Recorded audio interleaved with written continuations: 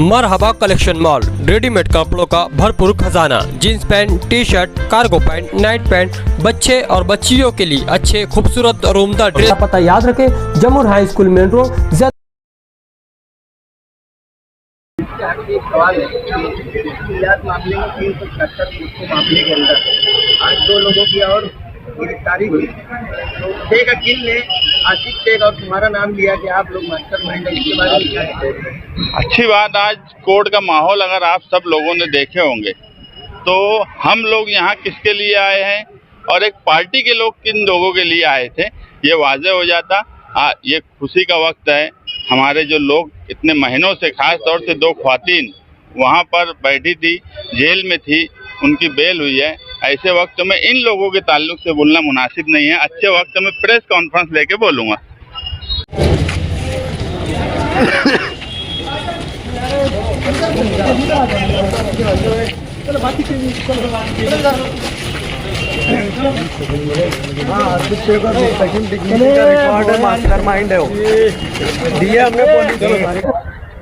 सबसे पहले मैं अल्लाह ताला का शुक्र अदा करता हूँ कि माइनॉरिटी डिफेंस कमेटी की कोशिश रास्ते से लेकर कोर्ट तक जो हम लोगों ने लड़ाई लड़ी, रास्ते की भी लड़ाई लड़ी, सरकार ने जो SIT बनाई थी उसके खिलाफ भी रास्ते पे उतरे, एहतजाज हम लोगों ने किया। और माइनॉरिटी डिफेंस कमेटी, मैं मुस्तकीम डिग्निटी साहब और हमारे तमाम ही साथी हुकूमत के खिलाफ में हम लोग लड़ते रहे, आंख में आंख डाल के हमने बात की।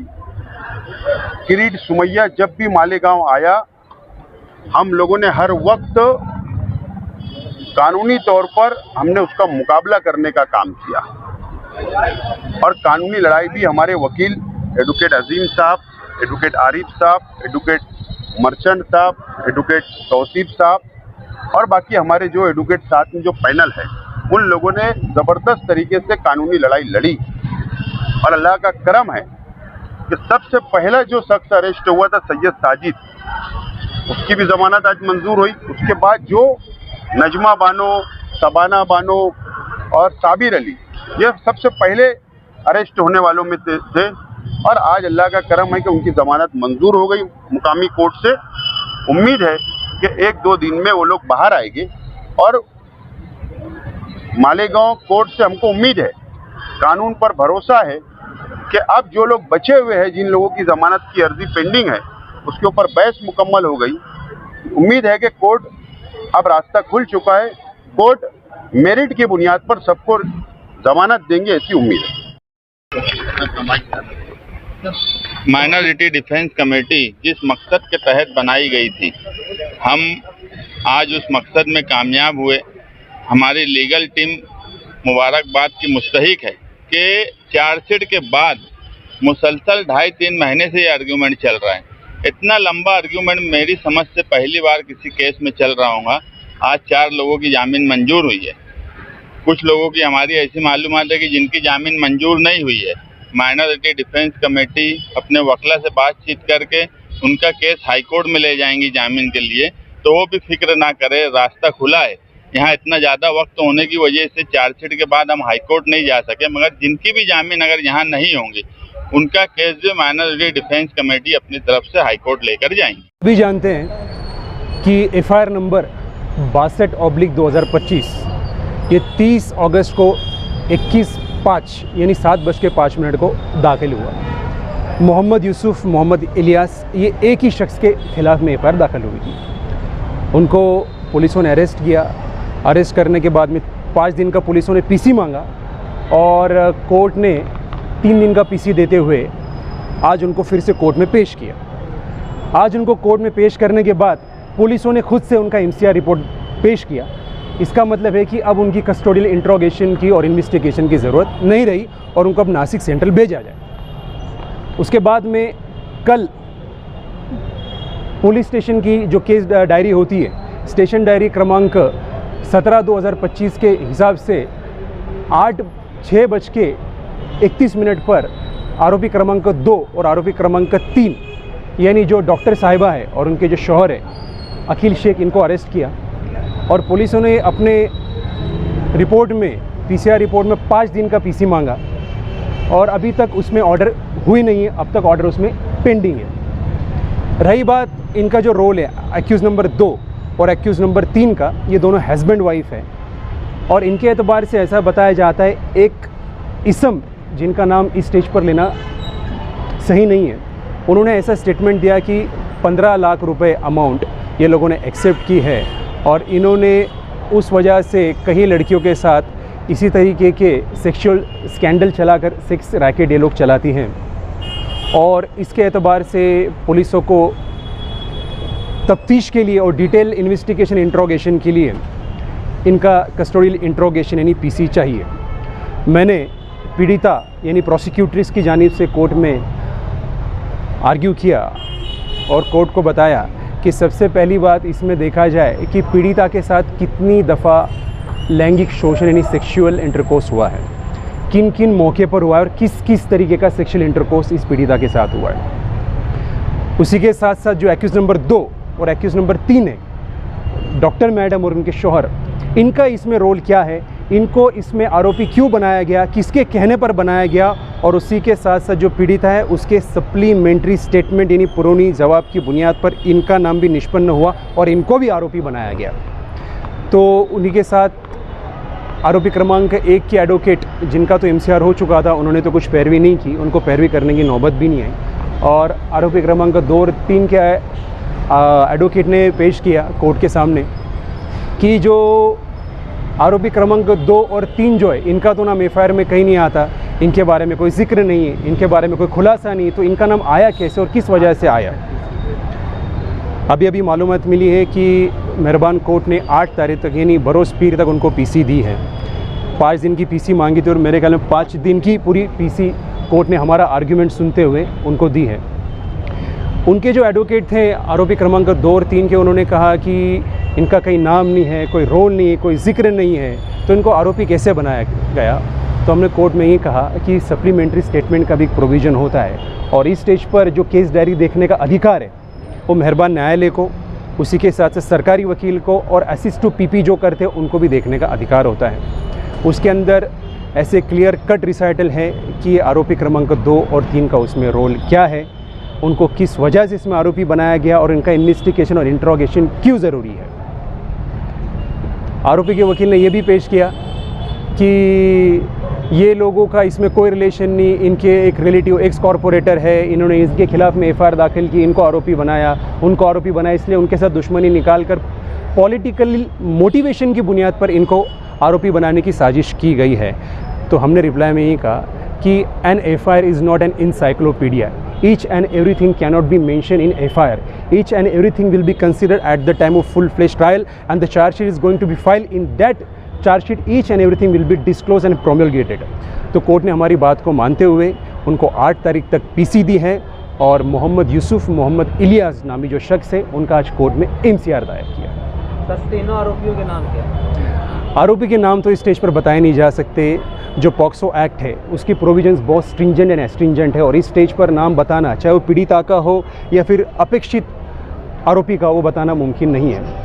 बहरहाल इसमें एक और डेवलपमेंट ये हुई है कि जो आईपीसी का सेक्शन 384 जो था पुराना, जो अभी बीएनएस का सेक्शन 308 हो चुका है एक्सटॉर्शन खंडनी का, और उसी के साथ साथ सेक्शन 16 पॉक्सो एक्ट का वो भी ऐड हुआ है, abetment to instigate a person to do any wrongful act. इसमें इनिशियली सेक्शन 64 यानी 376, 351(2) यानी 504, 356(2) यानी 308 इसके अंदर लगाया गया था। उसी के साथ साथ 4, 6, 12 ये सेक्शन इनिशियली लगे थे। सेक्सुअल पेनिट्रेशन एक्ट हो गया, सेक्सुअल हरासमेंट हो गया या फिर सेक्सुअल असॉल्ट हो गया, सब कलम उसमें इनिशियली लगे थे। पर आज पुलिसों ने 2 सेक्शन बढ़ाए। इससे पता चलता है मामले की नौइयत कितनी गंभीर है और ये लोगों को आरोपी क्यों बनाया गया है और मुमकिन है कि आने वाले कल में और आने वाले वक्त में बहुत सारे आरोपी इसमें निष्पन्न हो और गांव के नामचीन लोगों का नाम भी इसमें शुमार हो सकता है। पुलिस जो रिमांड रिपोर्ट पेश की है तो उसमें कुछ नए नाम का खुलासा, नए एक नाम का उसमें अब तक खुलासा हुआ है। नाम नहीं बता सकते, आपको मैंने पहले कहा नाम इस स्टेज पर डिस्क्लोज नहीं कर सकते। 2 और 3 इसके ऊपर आपने बताया कि 15 लाख रुपया लेने का आरोप लगा है। तो 15 लाख रुपये किस वजह से लिए, इसके ताल्लुक से 15 लाख इस वजह से लिए गए वो भी मैं आपको नहीं बता सकता, क्योंकि वो भी इन्वेस्टिगेशन का पार्ट है। बट ये बताया गया है कि 15 लाख लेने की वजह ये रही है कि एक स्कैंडल चलाते हैं और सेटलमेंट की बात थी, बस यहीं तक मैं बता सकता हूँ। अच्छा, आरोपी नंबर जो 1 है, इनकी तरफ से 15 लाख रुपया आरोपी नंबर 2 और 3 को दिया गया है, ऐसा एक शख्स ने उनके स्टेटमेंट में पुलिसों के सामने कहा है। अच्छा, ये जो आरोपी है 1, 2 नंबर और 3 नंबर, इसी में से किसी ने कहा है क्या? आरोपी क्रमांक 2 और 3 दोनों का नाम लिया गया है। अच्छा, पीड़िता का डायरेक्टली ये दोनों लोगों से क्या ताल्लुक है? ये जो 2 नए मुस्लिम, बड़ा अहम सवाल आपने किया है। पीड़िता जो थी वो आरोपी क्रमांक 2 के पास असिस्टेंट बोल के काम करती थी।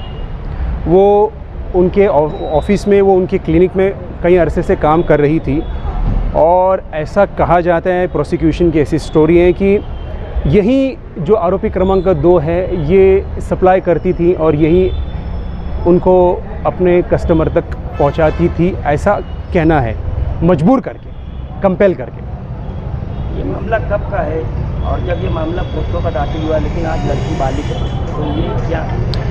देखिए, ये मामला जो है 25 जनवरी 2025 का है। 3 बजे से लेकर 4 बजे के बीच ये मामला पेश आया, जबकि एफआईआर जो दाखिल हुई 30 अगस्त 2025 को 21:05 यानी 7:05 पे दाखिल हुई।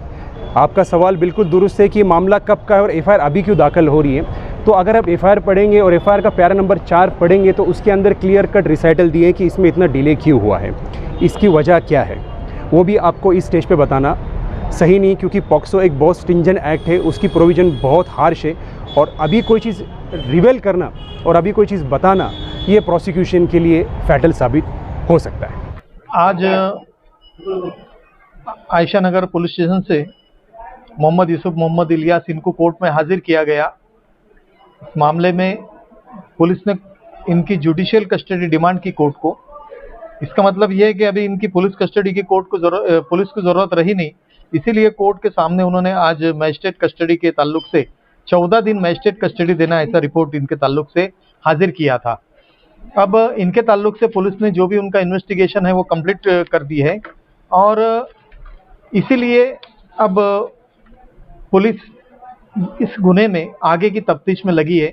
इस मैटर में ट्विस्ट ऐसा है, आज पुलिस ने इसमें 2 आरोपी को और अरेस्ट किया है, जिसका नाम है एक डॉक्टर नौशीन और शेख अकील। अब ये लोगों को जब पुलिस ने अरेस्ट की तो इनके खिलाफ में इस तरीके का आरोप है कि भाई इस मामले के अंदर आरोपी नंबर 1 यूसुफ इलियास को जो है, तो ये दोनों ने एक ब्लैकमेलिंग करने और खंडनी वसूली के ताल्लुक से एक ऐसे एरिया में बुलाया जहां पर सीसीटीवी वगैरह चल रहे थे और ऐसे एरिया में बुला के किसी लेडीज से बातचीत वगैरह करवाए हैं जो ऑलरेडी कैमरे में सिर्फ बातचीत के ताल्लुक से आए हुए हैं। पुलिस ने इनको हिरासत में लेके इनकी पुलिस कस्टडी मांगी 2 लोगों की और कोर्ट ने इनको 8 तारीख तक पुलिस कस्टडी में रखने का ऑर्डर किया। इस मामले के अंदर यूसुफ इलियास को ये लोगों ने ब्लैकमेलिंग करके इनसे 25 लाख रुपए मांगे थे और कुछ 15 लाख रुपए उनसे इन्होंने लिए भी थे और ये किस मामले में लिए गए इसके ताल्लुक से बहुत डिटेल में पुलिस को इन्वेस्टिगेशन करना है। इसके लिए आज इनको कोर्ट के सामने हाजिर किया गया था। उसके अंदर पैसे देन लेन में और इनको जो ब्लैकमेलिंग की गई इसके ताल्लुक से और कौन गवाह है क्या है इसकी भी तफ्तीश पुलिस कर रही है। ये मामले को एक चीज़ तो अभी ऐसी नज़र आ रही है कि मेरे जो क्लाइंट है यूसुफ इलियास, इनको इस मामले के अंदर फंसाया गया है और सिर्फ फंसाया नहीं गया है, उनको जो है तो इस मामले में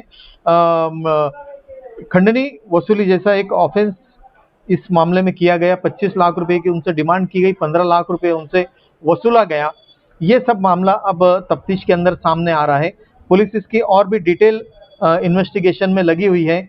अब इसके बाद में पुलिस इन्वेस्टिगेशन में क्या लाती है ये आगे हमको देखना है। ये 15 लाख रुपया किस चीज के लिए दिया गया? पुलिस रिपोर्ट में ऐसा बताया जा रहा है कि भाई ये 2 आरोपी जो पुलिस ने आज अरेस्ट की है, इन्होंने यूसुफ इलियास को इस तरीके की धमकी दी थी कि तुम्हारे कुछ वीडियो और ऑडियो हमारे पास है। अब पुलिस वो भी तहकीकात कर रही है कि ऑडियो वीडियो जो है वो बोगस है या किस तरीके से ये ऑडियो वीडियो इनके पास इन्होंने जो बता के धमकी दिए हैं वो किस तरीके के हैं, कई एडिट वगैरह करके तो नहीं लाया गया है। इस ताल्लुक से ही पुलिस इसमें इन्वेस्टिगेशन कर रही है। कई वीडियोस जो है तो वायरल हो रही थी, उसमें कितनी सच्चाई है, हकीकत है? उसके बारे में ही पुलिस तहकीकात करने के लिए इनकी दोनों की पुलिस कस्टडी पुलिस ने ली है। इस मामले में कल शेख अकील और उनकी बीवी को गिरफ्तार किया, तो ये जो फरियादी थी उसने नाम लिया है कि किस तरीके से इनका नाम आया? नहीं, इसमें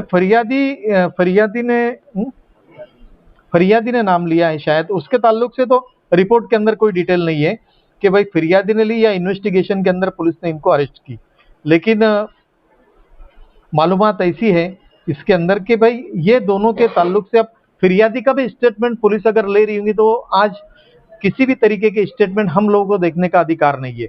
जब तक इसमें इन्वेस्टिगेशन पूरा होकर चार्जशीट कोर्ट में फाइल नहीं होता तब तक पुलिस ने किन किन लोगों के स्टेटमेंट ली ये ताल्लुक से हम लोगों को मालूमात नहीं रहती। कोर्ट में आज पुलिस ने जो रिमांड कोर्ट पेश की थी उसमें किसी और का नाम है, किसी और गिरफ्तारी होने की? इसके अंदर फरारी बोल के जो है तो एक नदीमुद्दीन अलीउद्दीन ऐसे नाम का आदमी फरार बता रही है पुलिस। यही एक नाम है? बस सिर्फ एक ही नाम है और कुछ मास्टरमाइंड उनके वगैरह? नहीं, ऐसा तो कुछ नाम अभी तक पुलिस ने सामने नहीं लाई है। अकील शेख और उसकी बीवी के ऊपर किस कलम के तहत गिरफ्तारी हुई थी?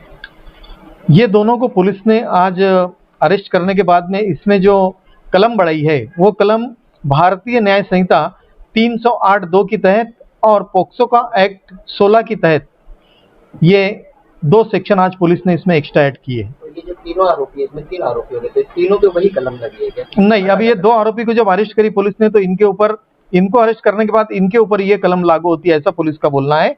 और बाकी के सेक्शन जो है वो आरोपी नंबर 1 के ताल्लुक से थे जो मैंने कल बताया था। एक्सटॉर्शन का भी दाखिल है? एक्सटॉर्शन का ये मेरे ख्याल से 308(2)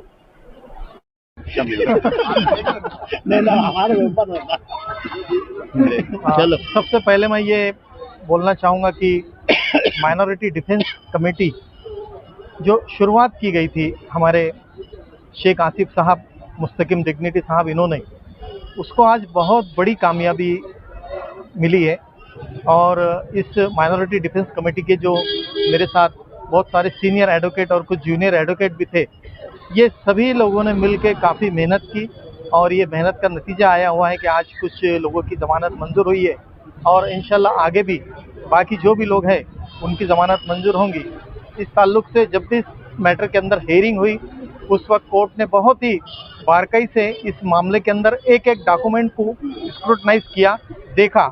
हर वक्त हर आरोपी के ताल्लुक से हम लोगों को टाइम टू टाइम बुलाया गया, पुलिस को बुलाया गया, सरकारी वकील को बुलाया गया और कोर्ट ने सब देखकर इस मामले में ये बहुत बेहतरीन फैसला लिया है कि इसमें कुछ लोगों की ज़मानत आज कोर्ट ने मंजूर की है।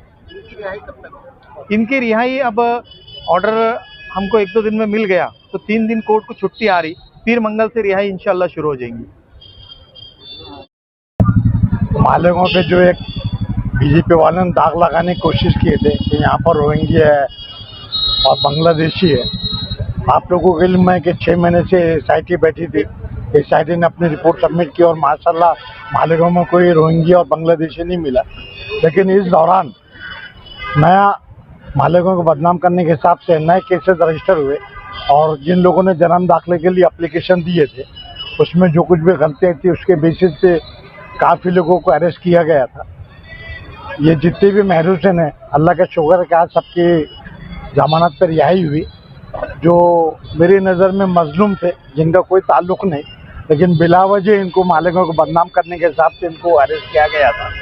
इनकी अर्जी में कुछ खामियाँ थी वो बताई गई थी और जो डेवलपमेंट लाते गए जिसमें असल जिम्मेदार मालेगांव कॉरपोरेशन के हेल्थ ऑफिसर है या तहसीलदार थे, इन्होंने अपने आप को बचाने के लिए ये जो अर्जदार थे इनके ऊपर झूठी केसेस किए और इनकी छोटी छोटी खामियां जो दुरुस्त हो सकती थी, ये लोग ज़्यादा देर तक रहना, मालेगांव बदनाम होना, अंदर रहना, उस हिसाब से पूरी कोशिश की। जो इल्ज़ामात लगाए थे कि भाई बर्थ एप्लीकेशन में इन्होंने गलत बयानी से काम लिया, उसके लिए स्पेशल एक्ट है बर्थ रजिस्ट्रेशन एक्ट, उसके तहत सिर्फ 1000 रुपये जुर्माना है। तो वो सेक्शंस नहीं लगाते हुए ताज़रात हिंद की और जो भी नया कानून उसके कि इन्होंने धोखा दिए, गलत कागजात बनाए और ये सब किए। और ऐसे हालत में मालेगांव डिफेंस कमेटी का क़याम आया और जो पिछले 4-5 साल से जो मालेगांव के ऊपर जुल्म किया जा रहा है वो सब मद्देनज़र रखते हुए बगैर किसी तफरीक के, बगैर किसी सियासी प्लेटफॉर्म के ये जो डिफेंस कमेटी एक आज़ादाना बनाई गई है, जबकि उसमें सियासी लोग वाबस्ता है, लेकिन ईमानदाराना तौर पे मालेगांव के अवाम का फ़ायदा होना चाहिए। आपसी इख्तलाफात को दूर रखते हुए जो कदम बनाया गया और जिस दिन से मालेगांव डिफेंस कमेटी हुई, ऐसे जो भी मामला जिसमें मालेगांव की आवाम के ऊपर नुकसान हो रहा है या उनके साथ तकलीफ पूरी, हम लोग वो सब काम कर रहे हैं। मर्चेंट साहब ने जैसे बताया, सीनियर मर्चेंट साहब को और भी वकीलों की टीम को साथ रखी है एमडी ने। वक्त पैक के लिए भी हम सुप्रीम कोर्ट तक गए हैं, वो भी लड़ रहे हैं। और इससे पहले की भी जो 12 नवंबर के मामला थे वो भी कमेटी ने की है, लेकिन उस वक्त कमेटी कायम नहीं थी। वो देखने के बाद ये ज़रूरत महसूस हुई कि कमेटी कायम करना चाहिए, तो बिला तफरीक के तमाम मुस्लिम वकला, गैर मुस्लिम वकला को साथ लेके मालेगांव के अवाम के फलाह बहबूद के लिए काम किया गया है। और माशाल्लाह हमें खुशी है, वरना इतने परेशान हो गए थे हम लोग भी काम करने के बाद में। इतना ज़्यादा अरसा हुआ कि तमाम रिश्तेदार रोज़ आते थे और आज क्या होगा कल क्या होगा। सरकार ने स्पेशल प्रोसिक्यूटर कायम की थी, वो जगह पे मौजूद नहीं रहते थे, उसकी वजह से भी ताख़िर हुई। तो जो जज साहब आए थे वो भी सख्त मिजाज है लेकिन अच्छे हैं, उन्होंने भी बारीकी से हमको हर एक मुद्दे के ऊपर बताते गए। कई नज़ायर हमने दिए, फिर उन्होंने सवालात निकाले, उसका जवाब देते जाओ। तो ऐसी माशाल्लाह पूरी टीम ने मेहनत की है और आज उसका फ़ायदा ये है कि अल्लाह के फजल से ज़मानत के जो ऑर्डर्स आ रहे हैं, आज 3 फैसले आए हैं, इंशाल्लाह बाकी कल है। इसलिए मैं पूरी टीम जो है उसको मुबारकबाद है। और सबसे ज़्यादा खुशी ये है कि जो मालेगांव पे जो दाग लगाया जा रहा था वो अदालत ने नहीं माना है, ये इल्ज़ामात भी बेबुनियाद हैं।